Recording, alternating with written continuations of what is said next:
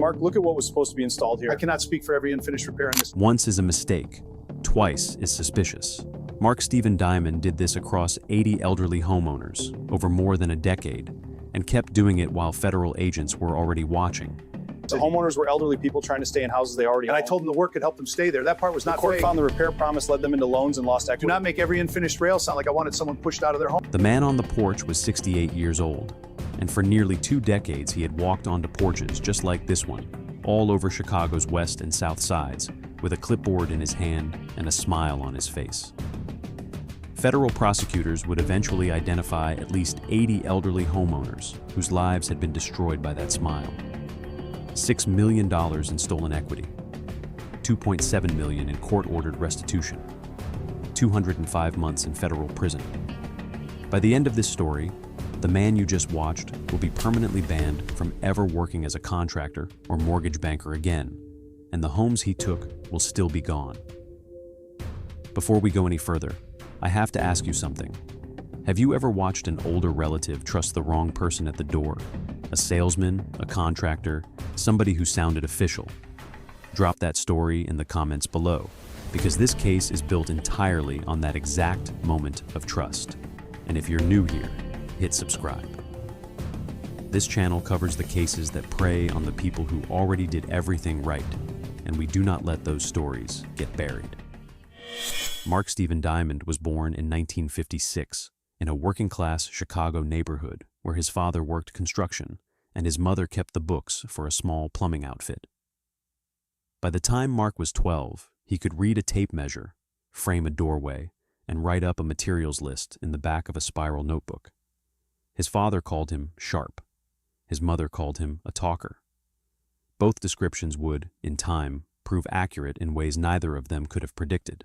He finished at a public high school on the Northwest Side in 1974, took 2 years at a community college without finishing a degree, and went to work for a residential remodeling company out of a strip mall office on Cicero Avenue. His first job was demolition. By his second year, he was writing estimates. By his fourth, he was running crews. A supervisor's evaluation from 1981, later quoted in a state licensing file, described him as quick with numbers, easy with clients, persuasive even when he shouldn't be. That last phrase would follow him for 40 years. He married for the first time in 1983, divorced in 1989, married a second time in 1992. He had 2 children from the first marriage and a stepson from the second. His tax returns from those years, later subpoenaed by federal prosecutors, showed a man who was making a comfortable living, but never a wealthy one. $40,000 in 1986, $52,000 in 1991, $68,000 in 1995. He owned a modest brick ranch in a near west suburb, drove a leased sedan, and paid his property taxes on time. In 1998, Diamond opened his own shop. He called it Diamond Builders, then Diamond Home Improvement, then a handful of similar names over the years as he rotated through corporations and registrations and tax IDs. The office was a storefront on a commercial stretch in Calumet City, the kind of place with a hand-painted sign in the window and a single secretary at a metal desk. He worked the south suburbs and the south side. He learned which neighborhoods had the oldest housing stock.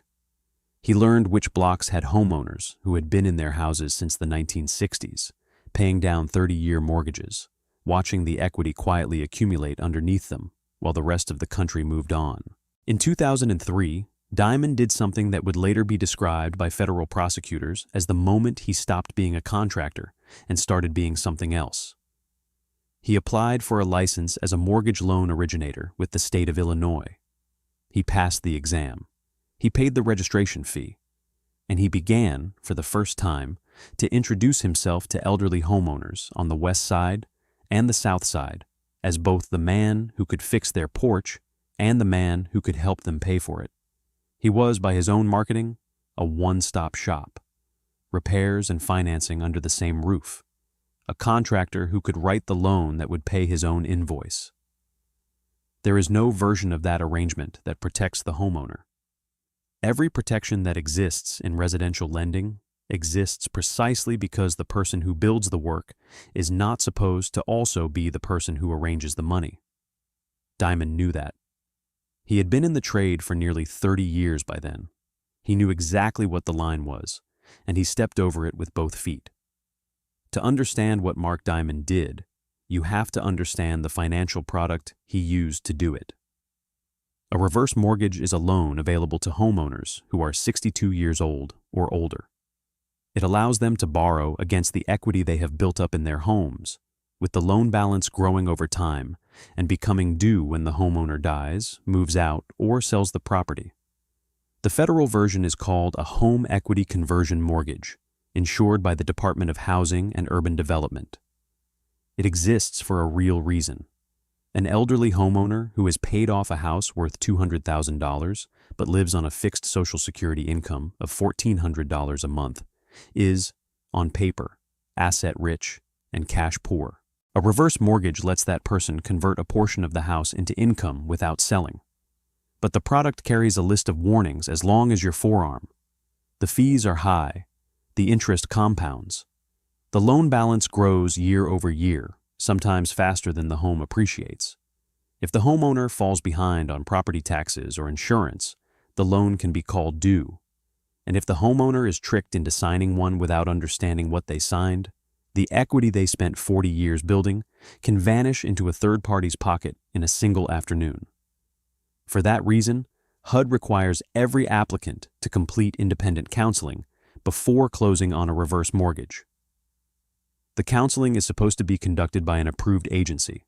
The homeowner is supposed to understand, in plain language, exactly what they are signing. The signature on the application is supposed to be informed. The homeowners Diamond targeted lived in a specific set of zip codes: Austin, North Lawndale, Garfield Park, Englewood, Roseland, Auburn Gresham, neighborhoods that had been redlined into the 1960s, neighborhoods where black families had purchased homes against active institutional hostility, neighborhoods where the people who answered the door at 10 in the morning were grandmothers and grandfathers and great-aunts who had spent 30 and 40 and 50 years paying off mortgages on bungalows and two-flats and graystones that they now owned, free and clear, with no lien on the deed. The equity in those homes, accumulated dollar by dollar over half a century, was, in some cases, the only generational wealth their families had. That was the system. That was the trust. Diamond saw it as inventory. The scheme ran from approximately 2006 through Diamond's indictment in 2017. The mechanics were almost dully consistent. It began with an approach. Sometimes Diamond himself, walking up to a porch with a clipboard, asking the homeowner if she had noticed the soft spot in her front step, or the gutter pulling away from the eave. Sometimes a co-conspirator named Cynthia Wallace, working under the aliases Shreebox, Regina Johnson, and Sherry Rice, knocking on doors and presenting herself as a representative of a government home repair assistance program. She would tell homeowners she had been sent by HUD. She would tell them they had been pre-selected. She would tell them they needed to act quickly and before the funding was reallocated. None of it was true. Wallace was paid roughly $62,000 over the course of the scheme to find each victim and hand them off to Diamond. Once Diamond was inside, the second phase began. He walked the property.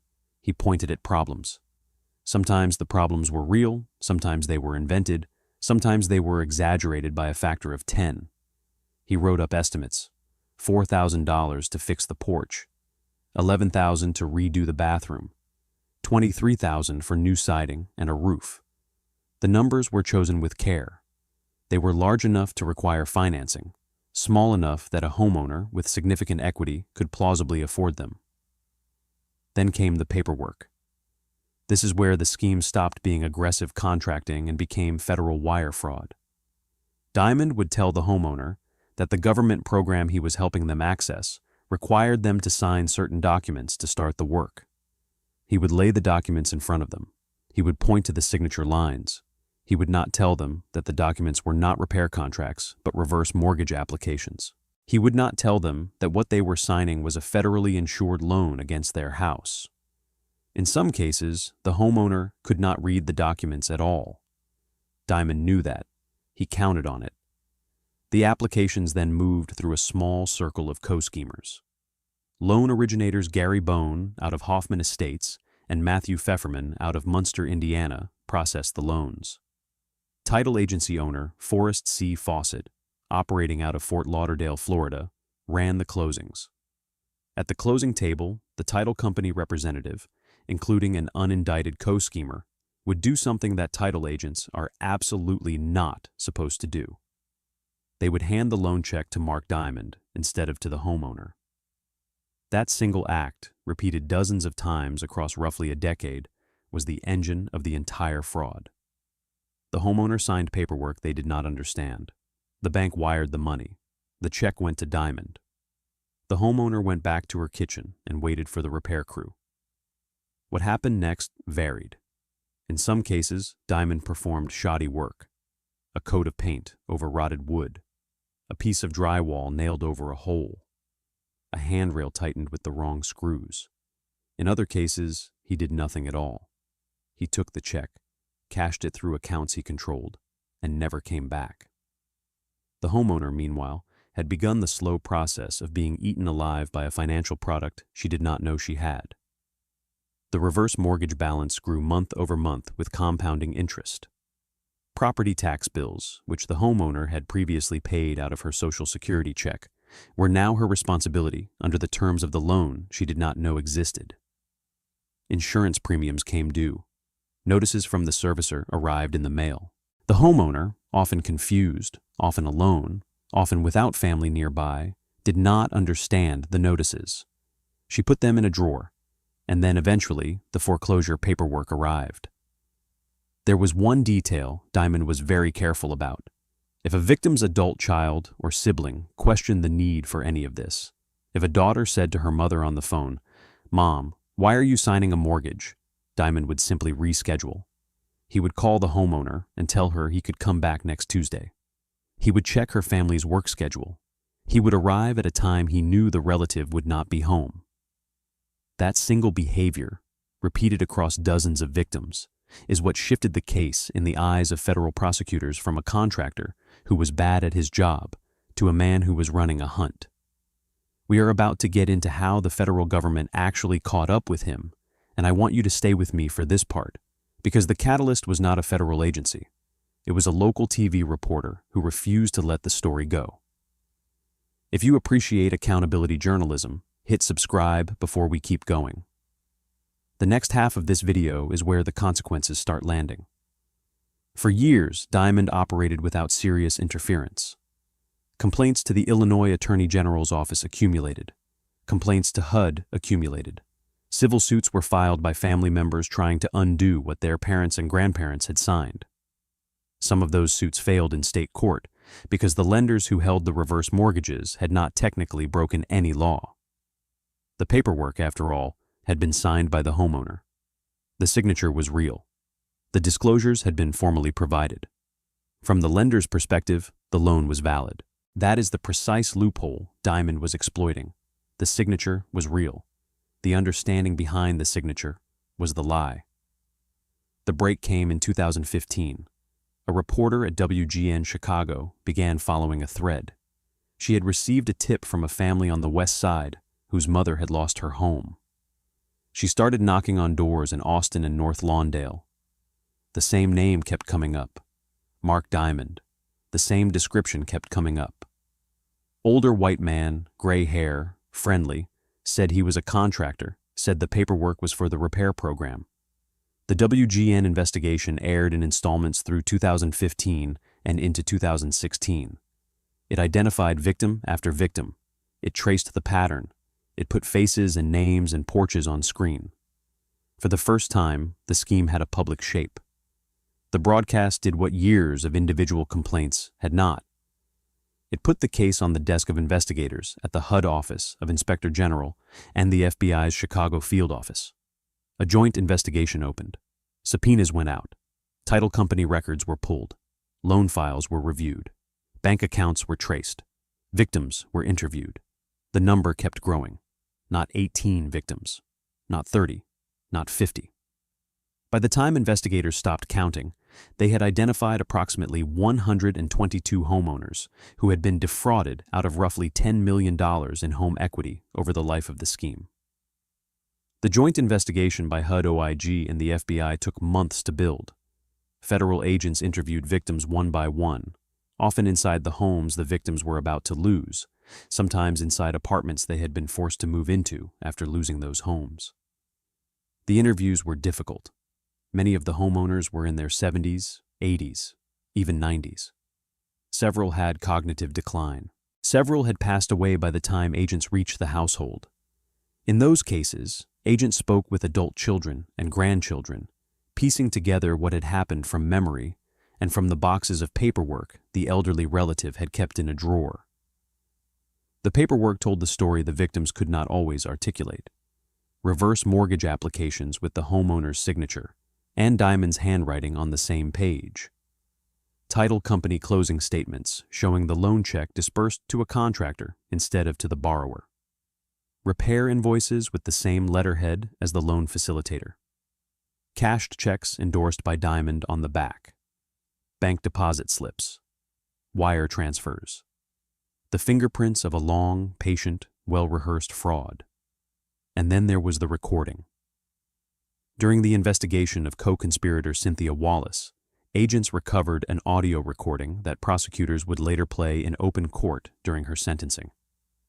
On the recording, Wallace, posing as a HUD employee, told an elderly homeowner she was about to lose her home unless she paid an additional $500. To make the threat sound official, Wallace pretended to step away from the phone to consult a supervisor. The supervisor did not exist. There was no supervisor. There was no agency.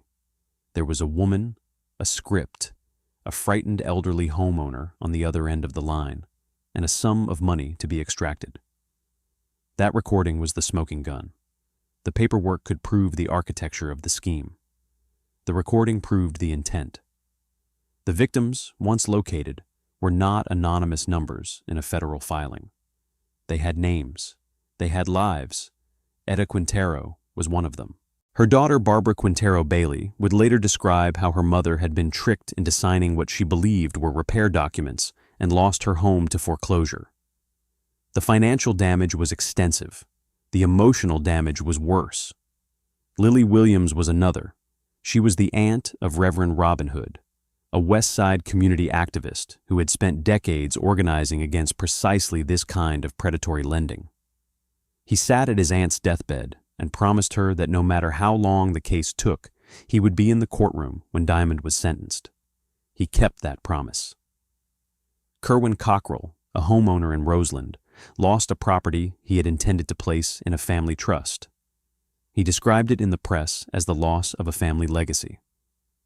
The home had been purchased by relatives a generation earlier, paid off through decades of working-class wages, and was supposed to be the foundation under his children and grandchildren.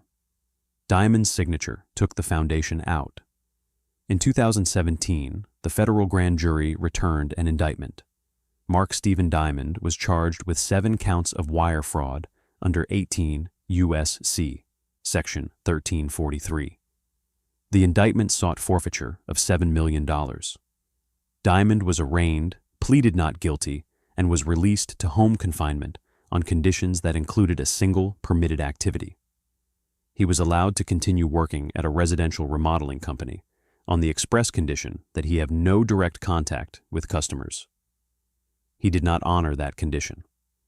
Prosecutors would later allege that over the 18 months Diamond was on pre-trial release, he obtained an additional $826,000 from new victims, including one elderly homeowner who handed him $203,000 in cash. The indictment had not stopped him. Home confinement had not stopped him. Even being told, in writing, by a federal judge that he was not allowed to speak to customers had not stopped him. It was, prosecutors would argue at sentencing, the clearest evidence imaginable of who Mark Diamond actually was. The federal agents arrived at Diamond's residence in the western suburbs on a weekday morning. They came with a warrant. They came with a list of additional victims developed during the pretrial period. They came knowing exactly who they were arresting and exactly what he had been doing while on home confinement. Diamond met them at the door. He was 65 years old by then, gray-haired, dressed in a casual button-down and slacks, the picture of a retired contractor having a quiet morning. The lead agent identified himself. He explained the basis for the arrest. He explained the additional charges that would be coming. Diamond's first response, as later summarized in the agent's contemporaneous notes, was not denial. It was negotiation. There has to be some kind of misunderstanding here.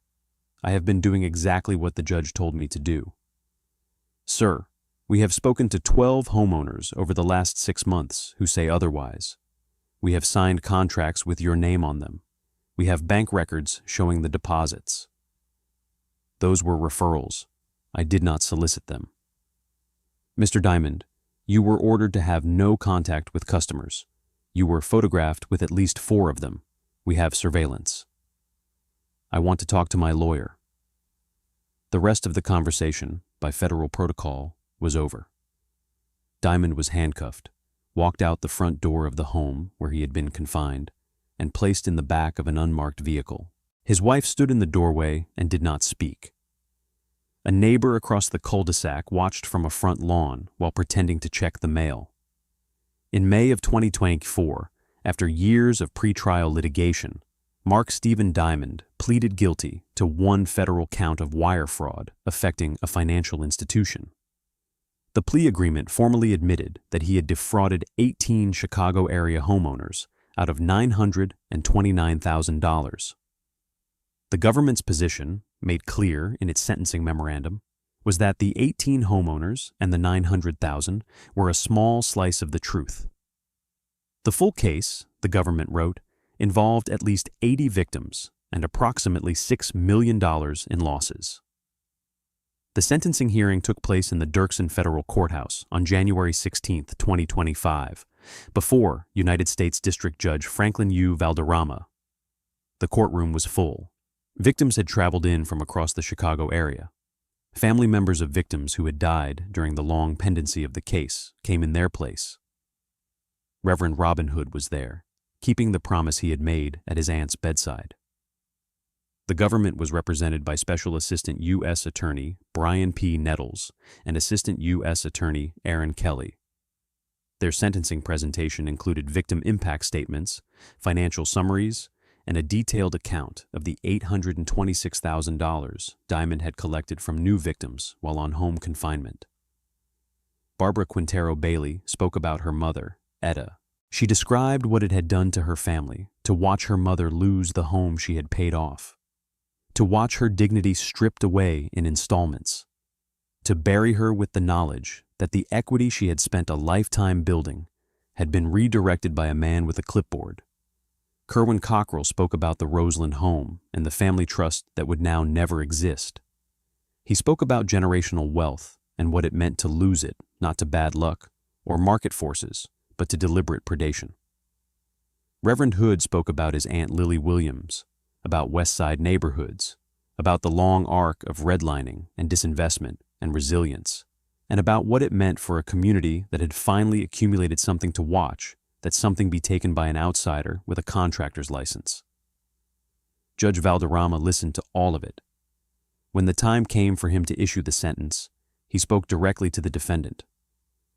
Buying a home, he said, is part of the American dream. You, Mr. Diamond, turned that dream into a nightmare. The judge described the case as one of the most disturbing patterns of elder fraud he had encountered on the federal bench. He pointed to the home confinement conduct as evidence of a defendant who simply would not stop, who treated the criminal justice system as an obstacle to be worked around, rather than a consequence to be respected.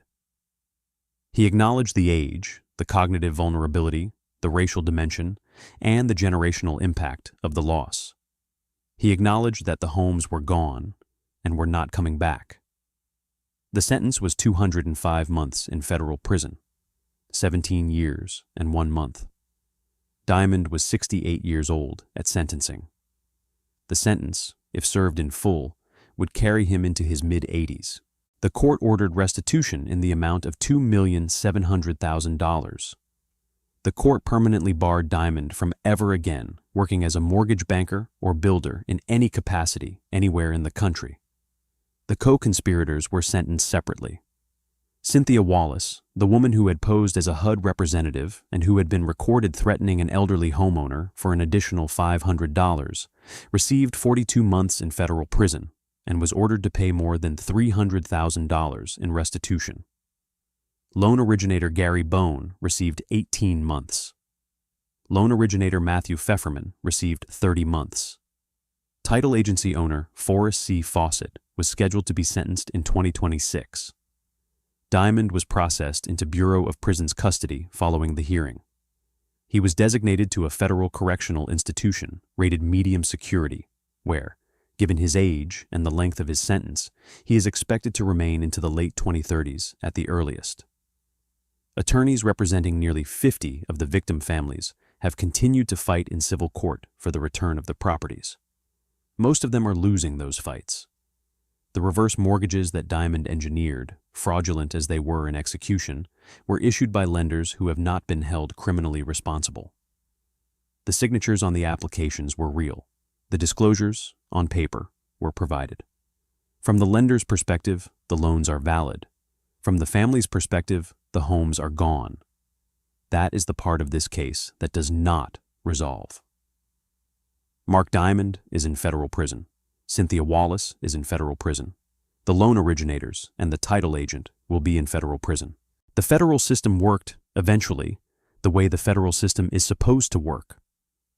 But the bungalow on the west side that a black grandmother paid off across 40 years of working 2 jobs is now owned by a servicing company. The Greystone in North Lawndale that a family had planned to pass to the grandchildren is now in foreclosure inventory. The Roseland house that was supposed to anchor a family trust is sold and resold to investors who have never set foot on the block. Mark Diamond targeted the people who had already won. He looked at the equity that decades of redline neighborhoods had managed to accumulate, in spite of everything, and he saw not an achievement, but an opening. He walked onto their porches with a clipboard and called himself a contractor. He sat at their kitchen tables and called himself a friend of the program. He took their signatures, took the checks, and walked away. The sentence is 17 years. The restitution is $2.7 million. The homes are still gone. This case was hard to sit with, but the case waiting for you on the right-hand side of your screen is something else entirely. Click it now.